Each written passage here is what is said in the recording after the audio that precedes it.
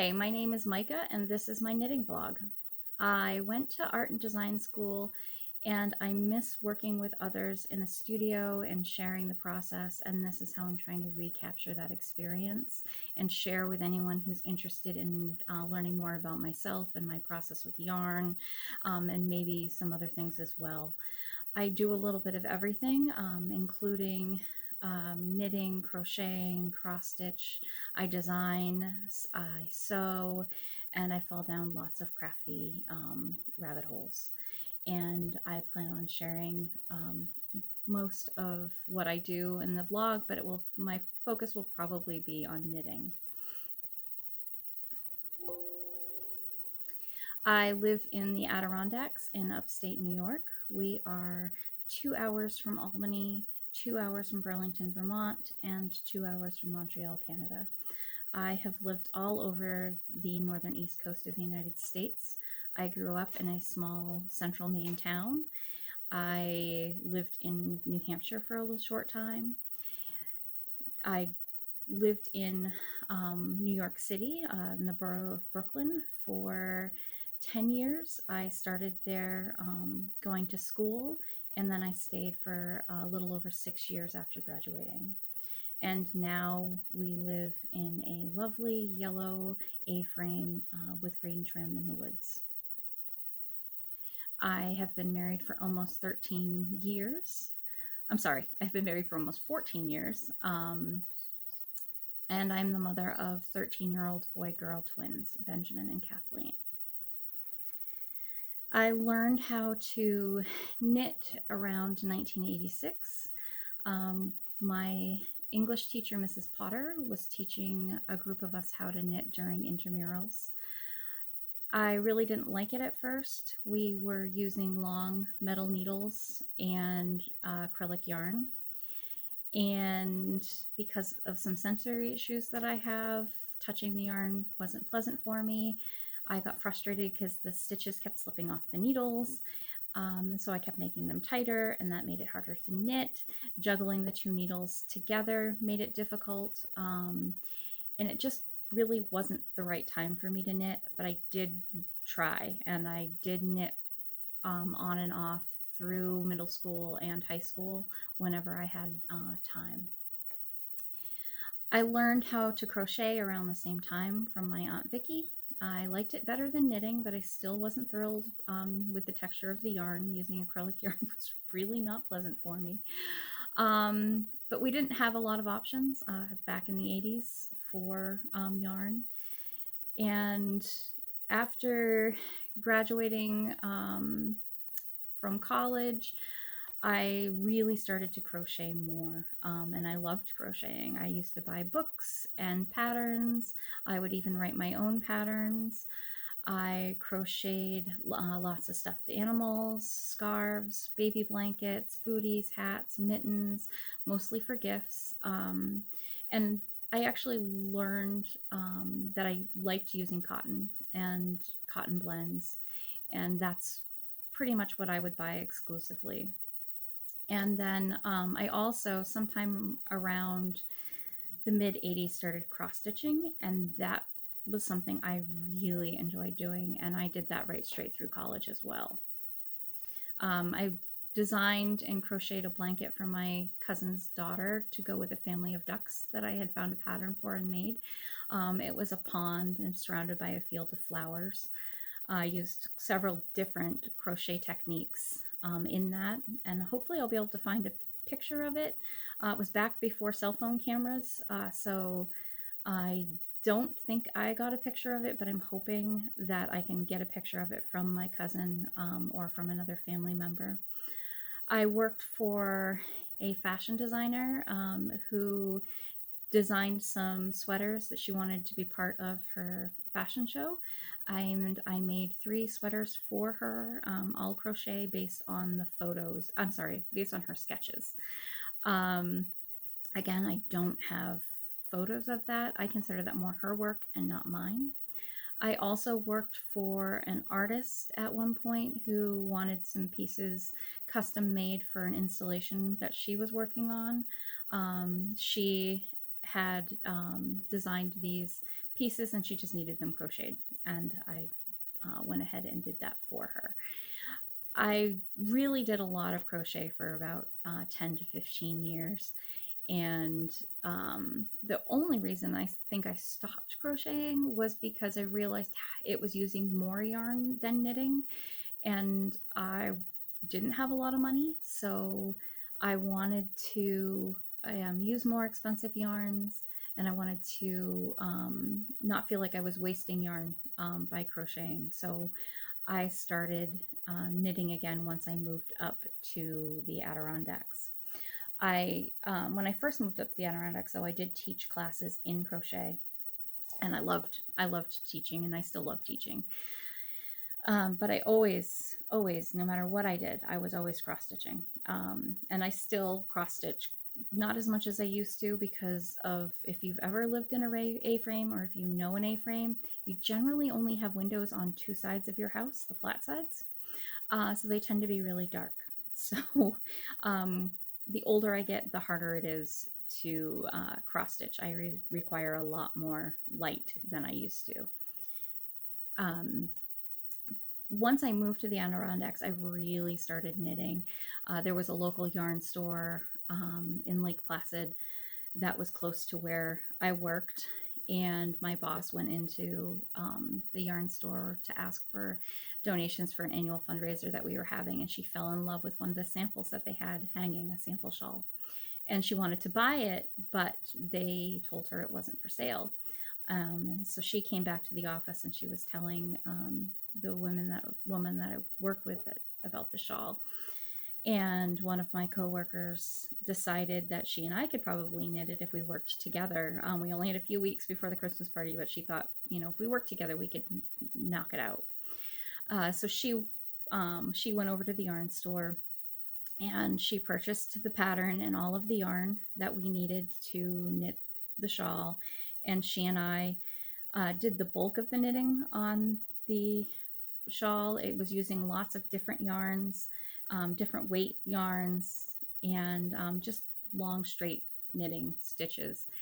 And we taught everybody in the office how to knit, even our maintenance people, and they would knit. Everybody knit at least one row in this shawl for my boss. It was really nice. And luckily, gauge didn't matter because the yarn was all different sizes. So some of us were tighter knitters than others. And the funny thing is the woman who was sharing the bulk of the knitting with me, she and I had completely different knitting styles. And she was a lot tighter of a knitter than I was. But it was, the shawl really came out beautifully, and our boss loved it. So that's when I really started to knit more than I crocheted. And I liked the process, but I still wasn't in love with it yet. But I knit lots of hats, and the more I knit, the more comfortable I became with it. I really loved the way knitting looked more than crochet as well. My grandmother was an avid knitter, and she had made us all sweaters when I was a kid. And I wanted to knit more like she was knitting. And so I just really started to embrace knitting more. And I went to the same yarn store, and I bought a sweater's quantity of cotton yarn, and I said, oh, I can make a sweater. And I bought a book that made sense to me. It talked about sizes. I still had trouble reading knitting patterns. They didn't quite make sense. They weren't the same as a crochet pattern, so it took a little getting used to. But I bought the sweater quantity of cotton yarn, and I decided I was going to make a sweater, and that I designed myself. And I really liked cable knit sweaters, but I knew that cable knitting wasn't something I could handle at that point. So I just made like a simple rib pattern, figured out what size the different components needed to be, and started knitting. And shortly after I bought that sweater quantity of yarn, I found out I was pregnant with twins. So I stopped knitting the sweater, and I started crocheting a couple of infant sweaters instead, and a couple of toys. But I didn't knit all that much when the kids were babies, just because one, I didn't have the time, the energy, or brain power to follow a pattern or to knit, and two, babies and toddlers are like kittens and they like to play with your yarn, and they were always climbing on my laps and I was afraid of poking them in their eyes. So for about 2.5 to 3 years I did not do much knitting. But when I started back up again, I was able to knit enough that I could do a couple of craft fairs. I got some custom orders from people, and I haven't stopped knitting and crocheting since. I do design my own patterns, but I love following other people's patterns as well. I have lots of works in progress. I keep going through my bags, and I've taken out a bunch of projects that I either forgot what pattern I was following, and I've, kind of given up the idea of following the patterns. But I'm going to try to limit myself to sharing with you only about 10 works in progress an episode, just because I don't want to overwhelm you with the number of works in progress that I have. So yeah, and then I'll also be showing you some of my finished objects as well. And again, I'll try to limit that to just a few an episode so that I don't overwhelm you. My mother tells me that I am a quick knitter. So I tend, when I'm really passionate about finishing something, I tend to finish them pretty quickly. And most of my works in progress can be found in one of the 3 B's: bags, bins, baskets. But and I'll kind of tell you about where I'm storing them as I work on them. If they're in a bin, chances are they're about to be taken out, because it's something that I have moved on from and I might not get back to it. And so I'm trying to be honest with myself whether or not I'm actually going to finish them. So I have started taking out things that I know I'm never going to get back to. So also, I know some people drink coffee during their podcasts and some don't. I will. I love coffee and I'm always drinking coffee. This is my mug that my daughter got me. I make coffee every day using a drip pot that was my grandmother's. It's a drippolator from the 1950s, maybe 1960s, that she got with a set of her dishes. And it looks like an old teapot once you take the top part where you brew the coffee, when the coffee drips down through. So that's how I make my coffee the majority of the time. But I do have a lot of coffee redundancy making ability. I have a couple French presses. I have the Keurig style coffee maker, and somewhere in my world I have the traditional drip coffee makers from the 80s and 90s as well. So I will never have to go without making coffee. So, and I like my coffee hot. Occasionally you'll see me drinking an iced coffee, but usually only if it's over 90 degrees outside. Other than that, I really like hot coffee and not cold coffee. It's just all part of the process for me. Let's see, what else should I tell you about myself? One of the reasons why I decided to do a podcast was because a little over 2 years ago, just about 2 years ago, I started a new job, and I, in my space, spent a lot of time alone. It's a studio space. I can't really get into the details of what I do at work, just because it's a little bit secret and magical. So I but I spend a lot of time by myself. So I started listening to podcasts, one, to keep myself kind of in a creative mindset, and so that I didn't wander off in my brain. It helped me focus on what I was doing, and I decided that I would really like to share my experiences in knitting and creativity with other people. So that's why I have chosen to do this. And I will at some point probably go down through the list of podcasts that I've listened to and podcasters that I really like, because there are a lot out there, and a lot of different style podcasts for different people. And at different points, I have found I listen to some more than others. I think that for right now, this is a very good start and a good stopping point. And then I'm going to start showing you some of my works in progress.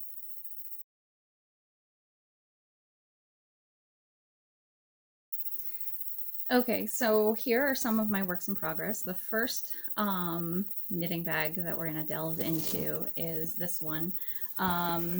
It's not one of my favorite knitting bags. It does hold larger projects, which I tend not to take with me. But every once in a while, if I'm traveling, I might load this one up. But the pockets on the outside, you'll see, are all open. So I can't put anything in those pockets because I lose them. They fall out. So I don't use it as much as I probably would if it was a closed pocket on the front.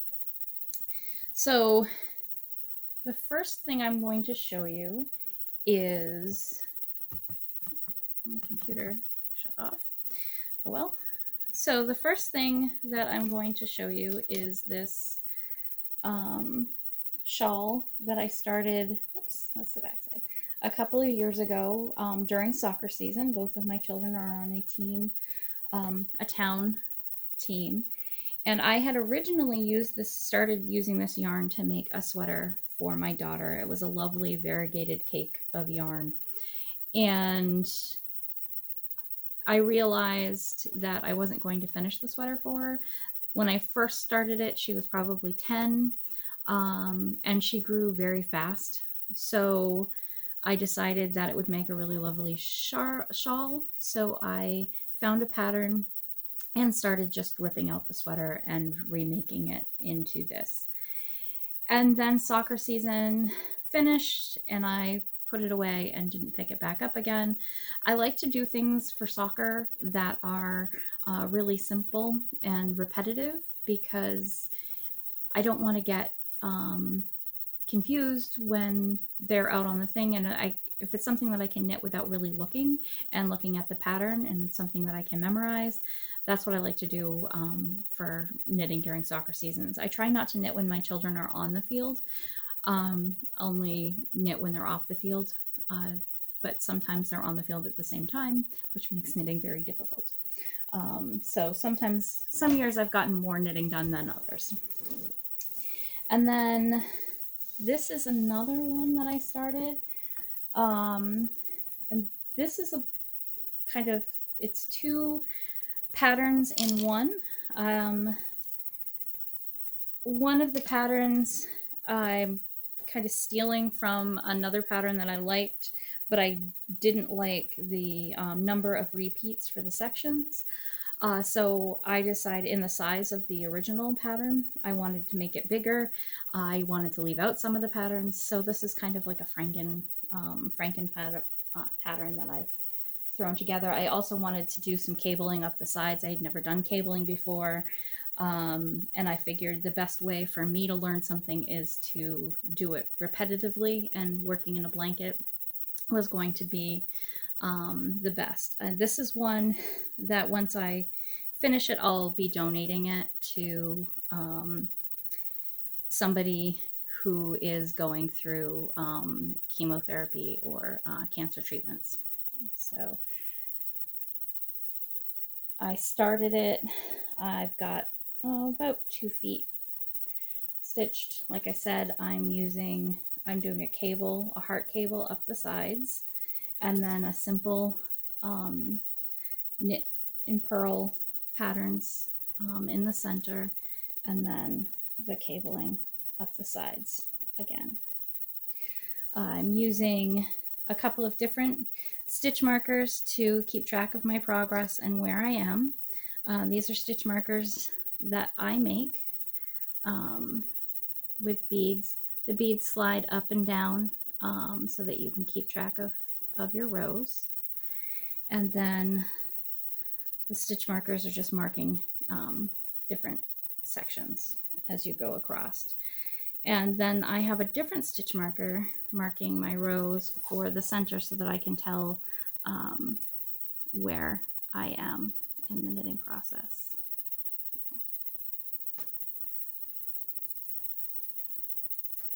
So I have one telling me what row I am, what row I'm on for the cables, and I have one telling me what row I am for the body of the blanket. So, and I'm using two different types so that I can keep track of which section I'm talking about in my brain.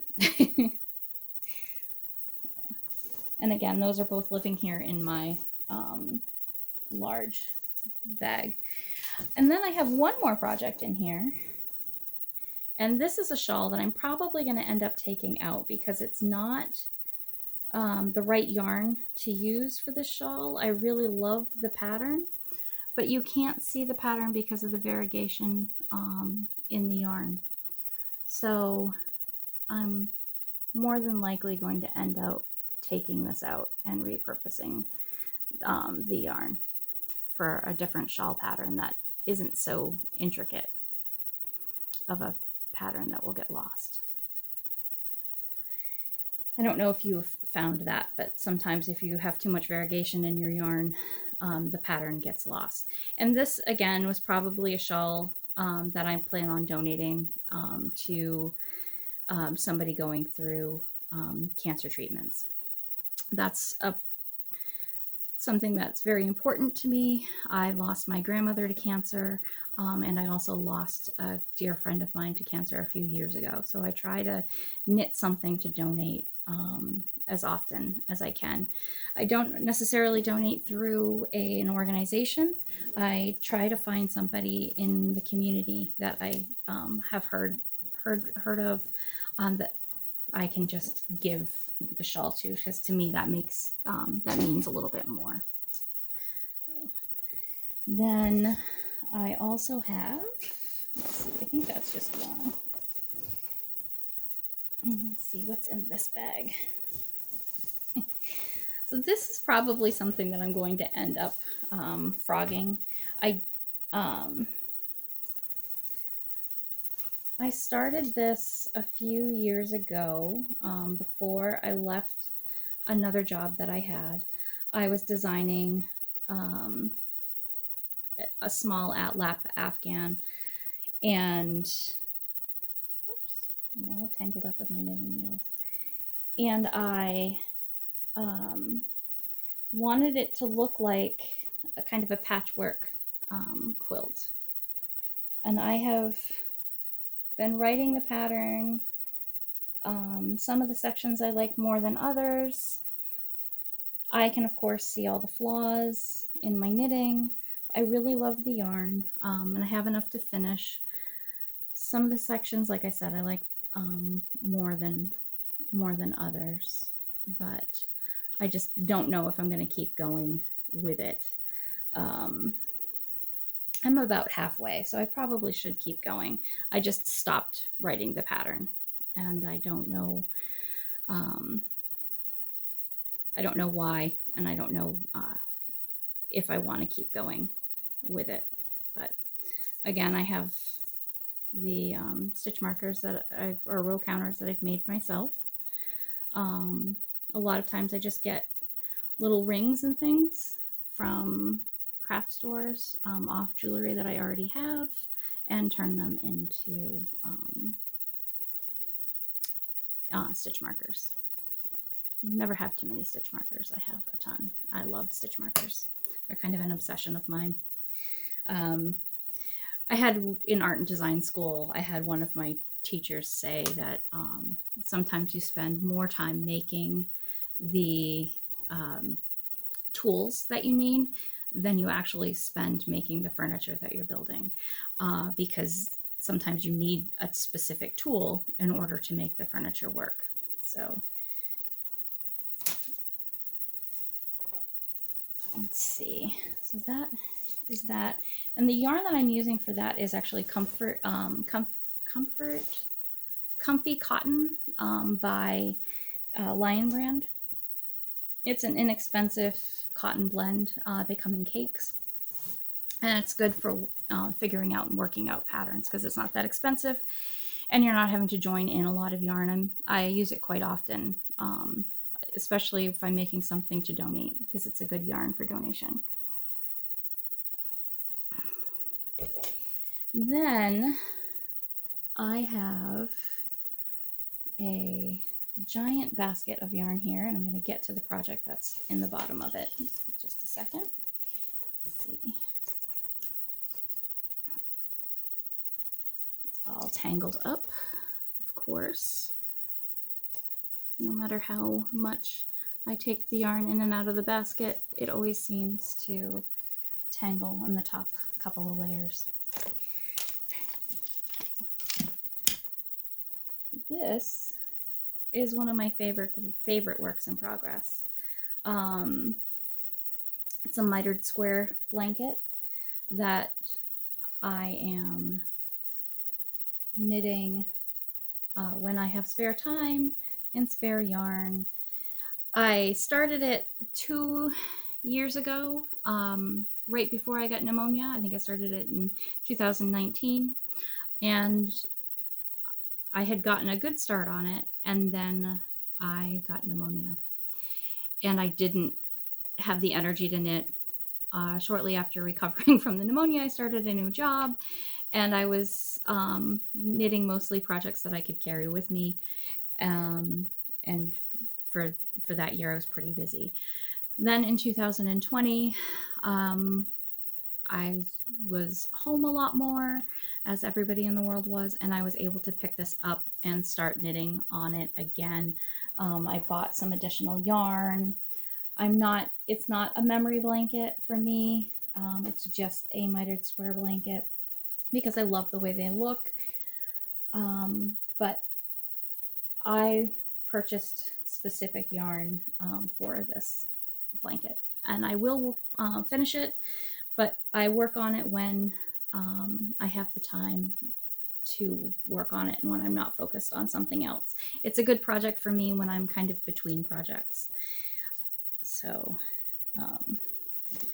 but it's one of my favorites, and I will insert a picture of the full blanket so you can see the size and how much I've actually gotten done.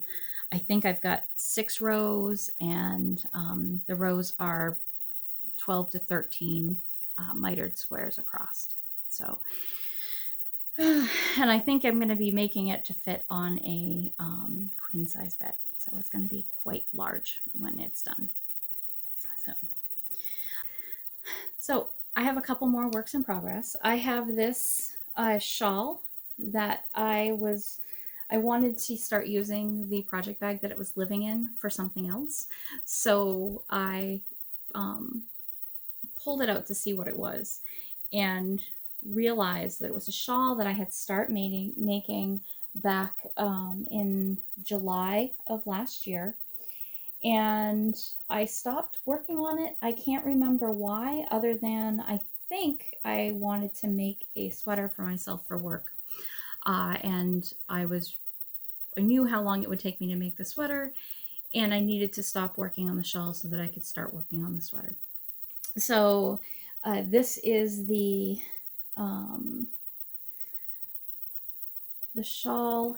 It is a really nice pattern, and I will post the name of the pattern. I can't remember what it is, but it sits on your shoulders nicely. I was also making this for work, but the other one I needed to finish sooner than finishing this one, so I put this one aside because I knew I could pick this one up and start working on it.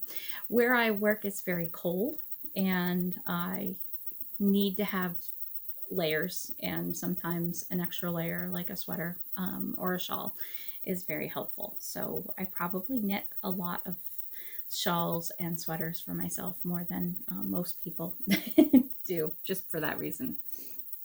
And then I also, this is the knitting bag that I wanted to start using. This knitting bag is one that my friend Gail, my friend from college that knits, she made this and one other knitting bag and sent them to me. And I wanted to use it to make, to carry around for making a pair of socks. So I needed to get the shawl out of it. I have caked up the yarn for the socks and I've printed the pattern, but I haven't had time to start them yet because when I took the shawl out of the bag, I remembered how much fun it was and how close I was to finishing it, and I really wanted to finish it, so I started knitting on that again. So, and I'm planning on finishing it. I was working right along and I looked to see how much yarn I had left and realized that I don't think I have enough. I'm 900% sure I don't have enough yarn to finish the shawl. So I thought, well, I know I bought 3 cakes of it originally and I made a couple hats, and but that's all that I made out of it. So I should be able to find the other cake, or cake and a half. And I can't find the other cake and a half anywhere. So I'm pretty sure I used 2 cakes or a cake and a half in this. So it is possible that I only bought 2 cakes of it instead of buying 3 cakes of it. And this is the Comfy Cotton from Lion Brand. And so I went online yesterday and ordered another cake so that I'll be able to finish the shawl. But this is all I have left. And I have 24, well, I have not 24 rows anymore. I probably have 16 rows left. So this isn't going to get me there. So I'll be putting this down and picking up my socks probably today. But so yes, this is the yarn that I'm going to use to make my socks. I'm part of a knitting group on Facebook, and we are knitting a pair of socks a month. And I really enjoyed making my March socks, and you're going to see those in a minute. But picking a pair of socks to knit for April has been a little bit more difficult because there's been a lot of socks that I want to make.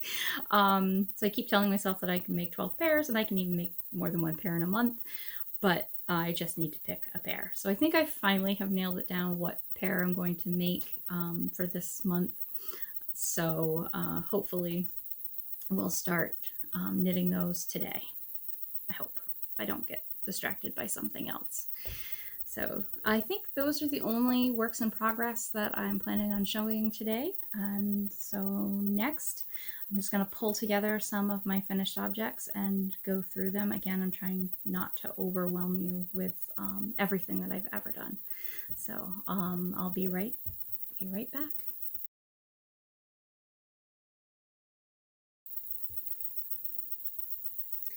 So on to a few finished objects. Over the past year, we haven't had as much money because I haven't been working full time.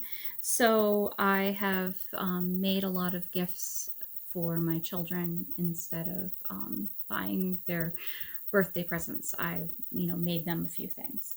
So one of the things that I made for my daughter, who's extremely fashionable and picky, is I went to a local yarn store and picked up some pink mohair that was variegated, and I held it double with some sock weight yarn, and I made her a earmuff because she doesn't like to have hats on.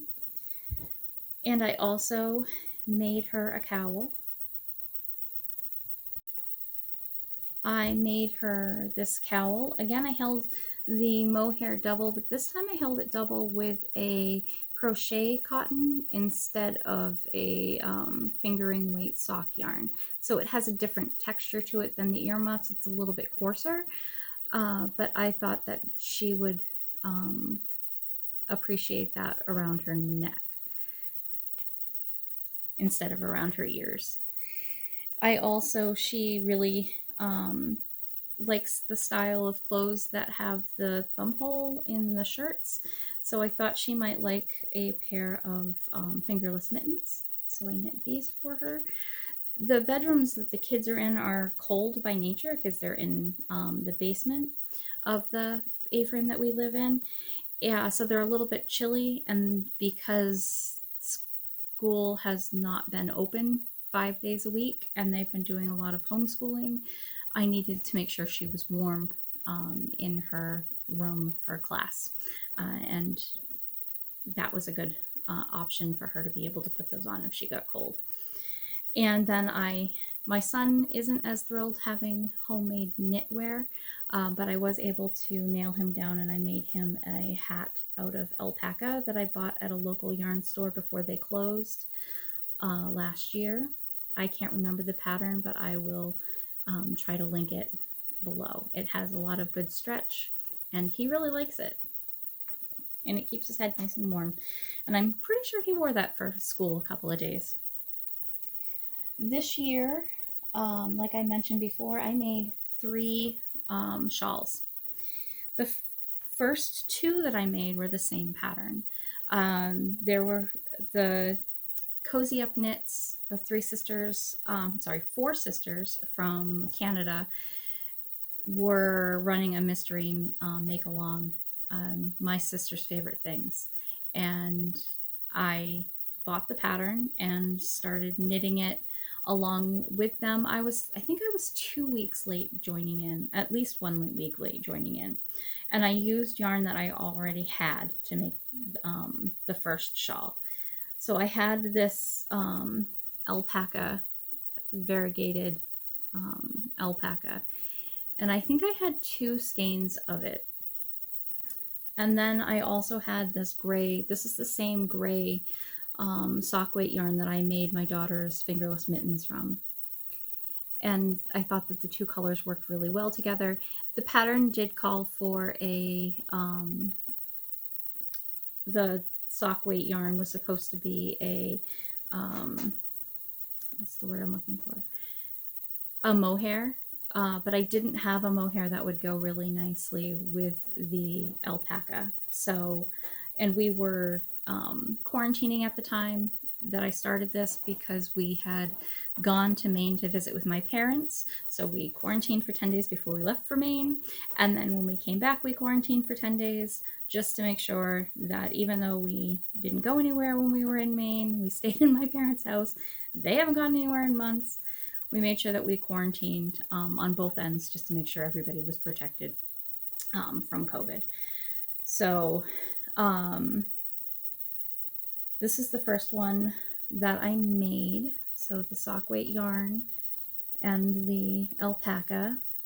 And each section was released and it was based on a different sister's likes. And the pattern included recipes for food. So I highly recommend buying the pattern. Even though the make-along's not going on anymore, the pattern is still available. So the last section I ran out of yarn for. It was supposed to be a little bit wider, but I only had enough of the alpaca to do 6 rows, and it really called for 18 rows. So I was really frustrated, and I ordered some additional yarn. And I plan on taking out my bind off and adding in the additional 12 rows. I just haven't had time yet. I did order the alpaca to do that, and I can't wait to do it, but at the same time, I've been wearing it, so I haven't wanted to take it apart. But now that it's spring and it's 70 degrees outside today, and I'm, going to start having more of those days and less days that I can wear the shawl because it's really warm, I will definitely take the time now to take out that bind off and put the back on my needles and finish knitting the rest of the rows. After I finished that, I went back to the local yarn store that we have a potter here that opened up a yarn store inside her gallery because she's a knitter as well. And when she opened it back up, I went in and bought some yarn, and I went back after we were done quarantining because she was having a sale on her yarns, and I wanted to pick up some yarns so that I could knit this shawl again and do it with the correct weight yarns. Instead of getting only 2 yarns, this time I got 3 yarns. I got this variegated, and I got this lovely blue, and I bought 2 different colors of what's it called? Mohair. I bought a yellow and I bought this blue. And I thought either one would work really well with the colors. And I let my daughter choose which mohair I was going to use. And she picked the yellow, which surprised me because she hates yellow. But she picked it, so I went with it. And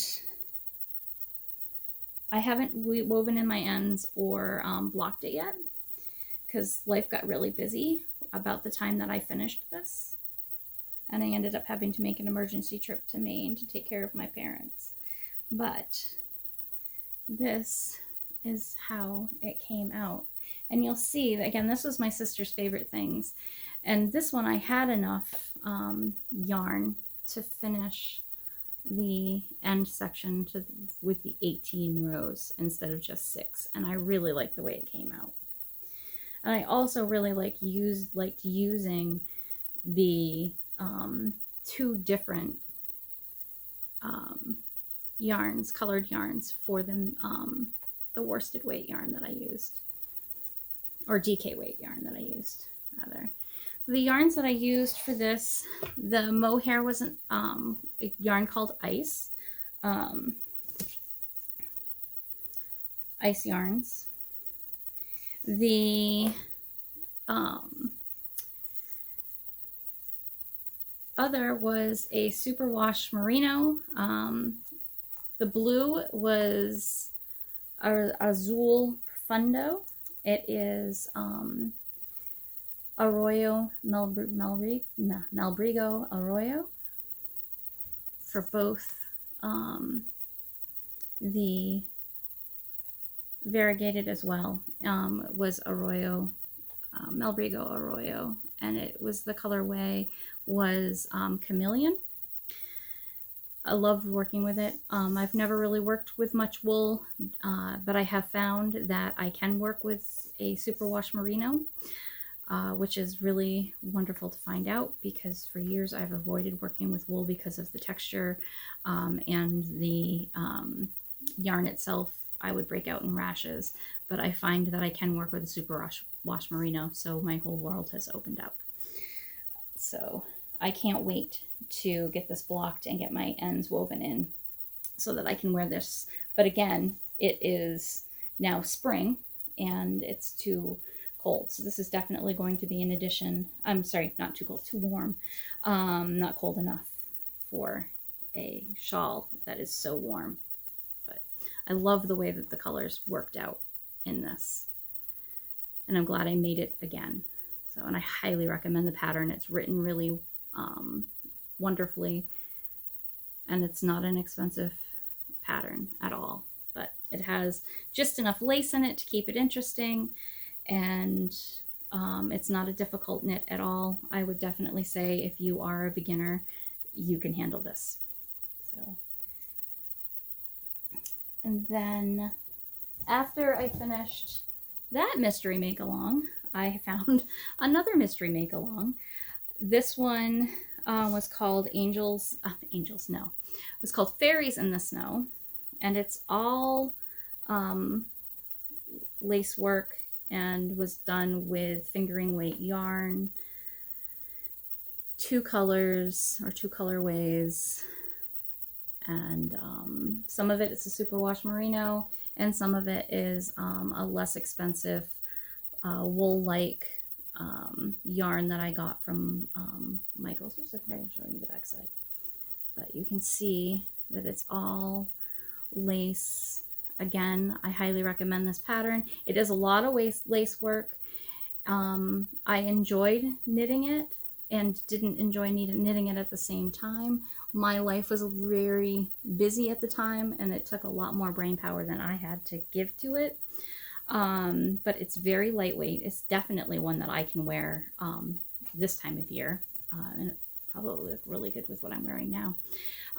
But it's definitely something that I would say is a little bit more challenging, not really for a beginner, but it is a really nice pattern, very soft, lightweight, and I would highly recommend looking it up, and I'll put the pattern information in the notes below the video. So those are the 3 shawls that I've made since January 1st. Then after I finished that, like I said, I'm part of a group. In March on Facebook, we started knitting socks, and we decided that we would knit a sock a month. And this was my first pair of socks, rather. Oops, I think that one I have inside out still. I get bored knitting socks, so I wanted to do one that was a little bit more interesting to keep me knitting it. I knit this on size 2 needles. Usually I knit my socks on size 0 or size 1. So these are a little bit bigger than I like, and I still have to weave in the ends. But I chose to do a sock that was a combination of a lot of different socks. And I originally started following a pattern, and I did follow the pattern for the heels and the toe, but I changed I stopped following the written pattern for the body of the sock. I didn't really like the way the pattern was written, and I didn't like all of the choices that I had for the sections. So I just found sections of other socks that I liked and put them in. So that, and I used some sock mini sets that I had purchased a few years ago through Etsy. So that was fun. So it's all superwash yarn. So, and the different sections, I took the little owl from one pair of socks. So it was fun. I would suggest anybody, if you get bored making socks like I do, but you want to make socks, and this is, a good idea, because I knit them at the same time. I would knit one section on one sock, and then I would switch and knit this section on the next sock, and I finished both socks within a week. So I highly recommend doing socks like that.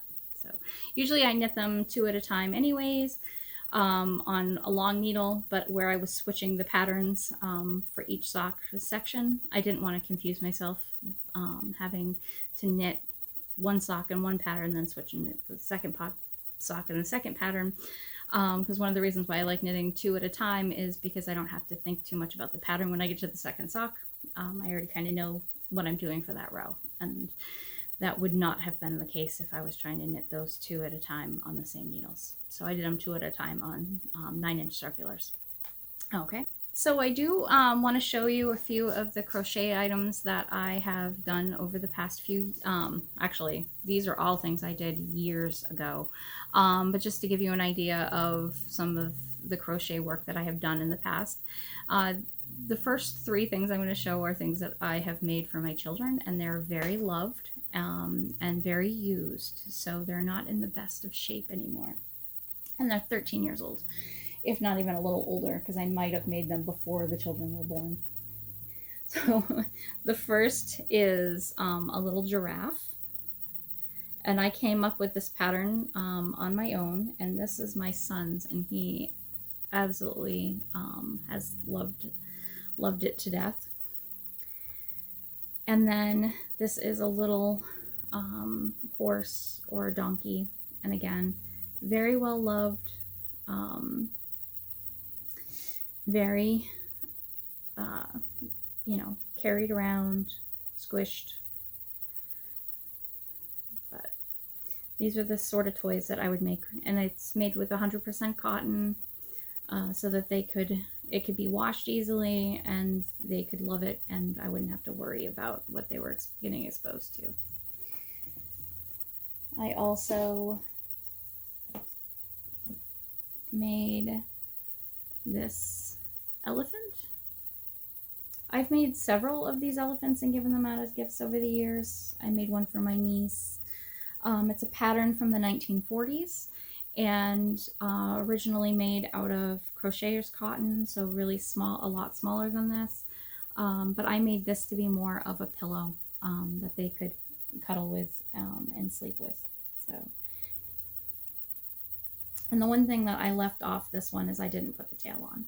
The tail was a braided tail, and I don't remember why I didn't put the tail on this one, but I decided not to.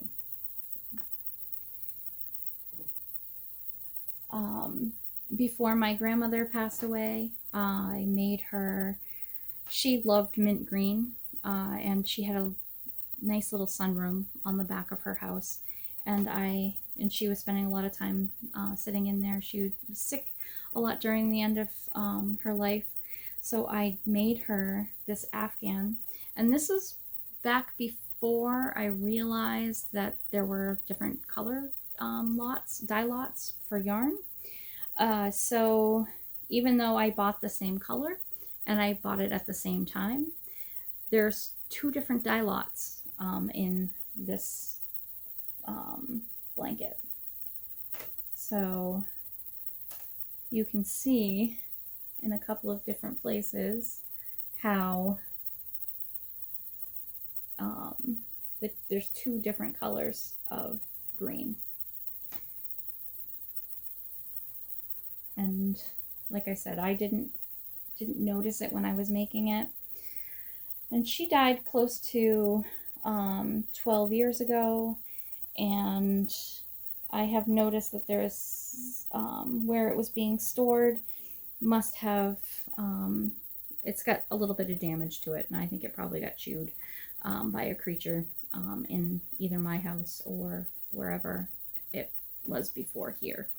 Probably my house, because we have some creatures that tend to stay with us in the wintertime. And I also made her a matching pillow when I made that for her as well. So that's just a little bit of about me, my knitting, and my crochet.